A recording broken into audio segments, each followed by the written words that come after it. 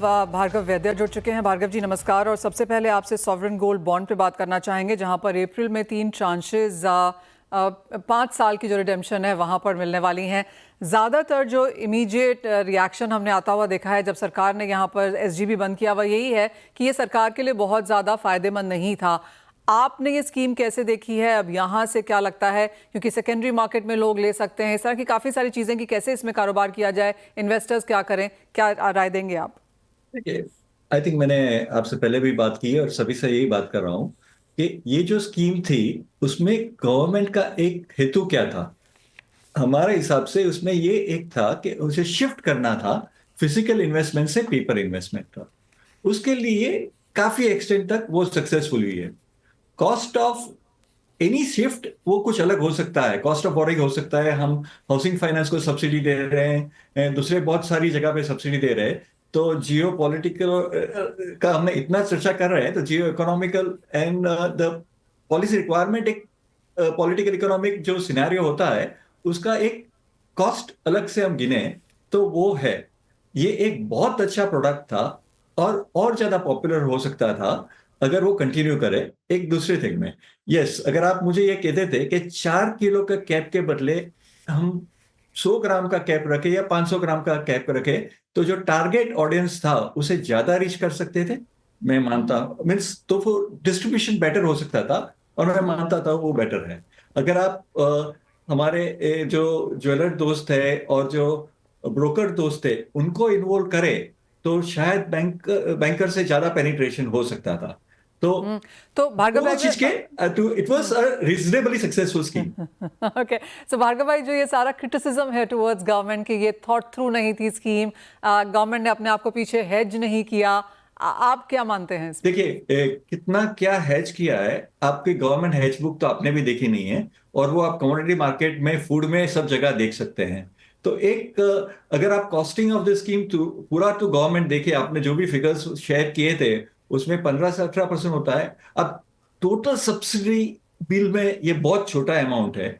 और अगर जो मूड उसका गोल था that remove people from physical buying and falling in clutches of people who don't give good quality, वो तो निकल गया। अभी किधर भी कोई भी अगर डिजिटल गोल्ड हो या ये ईटीएफ हो, सब जगह पे पेपर गोल्ड में पर क्वालिटी। भार्गव भाई, बहुत ज्यादा गिरावट हमने उस हिसाब से भी नहीं आते हुए देखी, बिकॉज अगर आप एनुअल देखें तो 700-800 टन गोल्ड सोना तो अभी भी इंडिया इंपोर्ट कर रहा है, तो कोई बहुत ज्यादा फर्क नहीं पड़ा ऑन ग्राउंड। नहीं, वो तो बेटर रिपोर्टिंग भी है। ऑन ग्राउंड आज भी आप देख रहे हैं कि पर कैपिटा कंजम्पशन 1 ग्राम से कम है, मगर जो एक जो इकोनॉमिक ग्रोथ था तभी जो डबल ग्रोथ ऑफ इंपोर्ट हो सकता था वो थोड़ा कंट्रोल हुआ। और उसे एक अलग तरीके से इवन जो आप दूसरे रिक्वायरमेंट समझे कि transparency in price and transparency in quality and buyback, वो तीनों में तो काफी इंप्रूवमेंट आ गया। आप कुछ साल पहले बोलते थे बीआईएस का हॉलमार्किंग इंडिया में आ ही नहीं सकता है, अभी वो पूरा आ गया। और हर एक जगह पे एक एक्सचेंज पे भी आप देखेंगे तो आप इतने से एक्सचेंज से क्लोज है, 1 ग्राम की डिलीवरी की भी बात कर रहे हैं। तो जो कंपोजिशन ऑफ मार्केट है वो काफी चेंज हो गया है। और कितने डिजिटल गोल्ड प्लेयर्स आए हैं जो थे ही नहीं, जो सोवरेन गोल्ड के बाद में आए कि ये एक सेगमेंट है जो लोगों को करना है, वो जो रह गया है ट्रांसपेरेंट 100 रुपीज बाइंग और 0.1 ग्राम बाइंग। तो it has change the market. We have seen the physical हो रहा है, उसका फिजिकल रिप्लेसमेंट के लिए क्या करना, it can be take some time, but definitely it has change the composition of the market. That point is well taken. जी हाँ, लोग अब ज़्यादा खुले हैं यहाँ पर सोने में और भी तरीकों से निवेश करने के लिए। सोने के प्राइसेस पर भी एक राय ले लेते हैं। किशोर, आपको क्या लगता है? 3057 डन, कुछ मुनाफा वसूली ज़रूर है। अब इस साल के लिए कहाँ तक की करेक्शन, क्या नए हाइज यहाँ बन सकते हैं, क्या एक रेंज तैयार है? जी मनीषा, हम आई थिंक 3200 3250 का जो टारगेट बना के चल रहे थे काफी हद तक, but I think see again, I think पिछले बार भी हमारा डिस्कस किया था कि यहाँ पे अनचार्टेड टेरिटरी में है एंड जो जियो पॉलिटिकल अनसर्टेनिटी जो है, जो प्राइसेस को ड्राइव कर रहे हैं, वो अभी भी बरकरार है। तो फंडामेंटली ये जो मार्केट में है कि one is that short term profit taking आ सकता है क्या। आई थिंक अप्रैल 2 के बाद अगर वंस द टैरिफ्स का जो पॉलिसी टेक्स रियलिटी, उसके बाद थोड़ा बहुत अगर मार्केट्स का अनसर्टेनिटी की वजह से थोड़ा अगर स्पाइक मिलता है, वो जो रिस्क ऑफ जो है वो मार्केट में वो सेंटिमेंट बने रह सकता है।